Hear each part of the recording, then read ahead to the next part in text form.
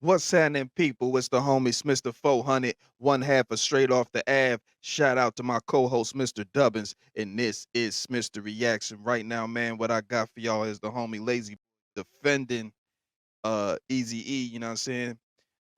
As far as, the rumors of him being punked by Suge or, being broke and, things of that nature. So we're gonna get right into this. We're gonna come in at the end. Shout out to Art of Dialogue. Shout out to Layzie. Let's get it. Respectfully, how was Easy E financial situation before he passed away? Because if you look at Straight Outta Compton, they got him in a small house before he passed away. They got him selling weed. But you being around Easy E before he died, how's his financial situation? If you don't mind me asking. Man, okay, if Easy E, if how would he not be not living good? He had look at the groups that went platinum. All of his was platinum. JJ Fad was platinum. MC Ren was platinum. DOC was platinum. Oh man, how the he wasn't no way he was broke. They portrayed him like he was at home rolling up weed, and it was he got to figure out how to no. All he had to do was just loose his money up. He knew what he had, man. He had the biggest record company in besides from in hip hop, besides from Lil J and Rap a Lot and Def Jam and them, he was the only biggest conglomerate of a company that was out there at the time. So Easy E broke at the end, cut the games. Then we came out and did what? We did platinum in a week. In a week, we platinum. Thuggish Ruggish Bone hit the air, boom. He back on like he never left.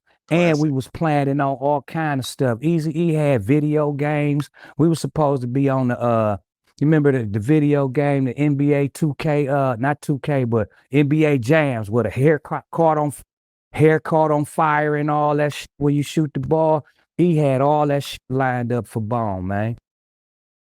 If he hadn't died prematurely, he was already going into the digital world. Way before he had headphones coming out before Dre did. He was on that shit, man. He had the hookup. Oh man, he was working on all that before he passed away. Man, he was already there. So, of course, we had all kind of conspiracy theories surrounding his death because it was too much going on.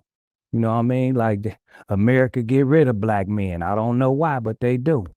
Yeah, let's talk about that, man. I was about to ask you about that. Easy E passing away. But before we get into that, right, the Chronic, he was getting a percentage of that, right?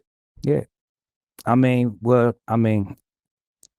my understanding, they strong-armed him, made him sign something which was illegal. So he was legally signed. Dr. Dre was legally signed to Eazy E. So in order for him to do anything, they had to negotiate something for Eazy E to get a split. And that's just how it go with anybody. If one of my artists right now leave me and say they want to go somewhere else, okay, you can go, but I already invested this amount of money in you, so I'm going to need this percentage back. And that's how that worked, Right. But speaking of strong arm, right, Suge Knight, is it true that he forced Eazy E to sign over Dre? Yeah. I don't know about niggas putting their hands on Eazy E, but you know what I mean? I doubt that because he was really built like a tank and hard to hit. We used to wrestle with this little strong ass nigga. You know what I'm saying? So I don't know about nobody just putting their hands on him and trying to take it, but maybe, set a meeting up and try to set a railroad in a meeting with some pistols or something. Maybe that might sound a little more accurate. And then he's smart enough to get the fuck out of there and go, like, okay, now we got a problem. But I don't think he was dumb enough to die in there if they had pistols drawn. And I don't think none of them niggas would have beat the shit out of Eazy E either without it would have been some moving furniture. Some people would have been hurt because the little nigga was that. He was like that. From what I knew, I only knew Eazy E for 15 months. 15 months of my life, I was able to kick it with Eazy E. And that was it. So, but from what I gathered, wasn't no punk. he gon', you know, he was that nigga from Compton. Everybody respected him. They still respect He him. had his. Man, let me tell you something. It's a little video out here.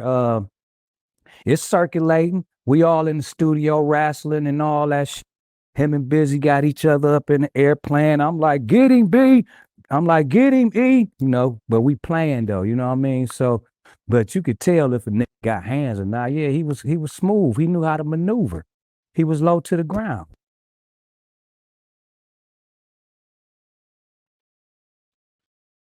Yeah, man. There was word that Easy was strong arm, you know what I'm saying? And they had in the movie like Buddy got roughed up or something like that for the Dre situation. But Layzie out here clarifying it, you know what I'm saying? Yeah, I can respect that, man. I can respect that. Like, share, comment, subscribe. This has been Smitster Reacts. Shout out to the subscribers. You know what I'm saying? How y'all feel about that? Do y'all think that Easy, just laid down like that? I don't think he laid down. But yeah, man. Once again, shout out to the subscribers. If you made it this far, go ahead, subscribe. More content coming, live stream coming. You already know. We out. Owie.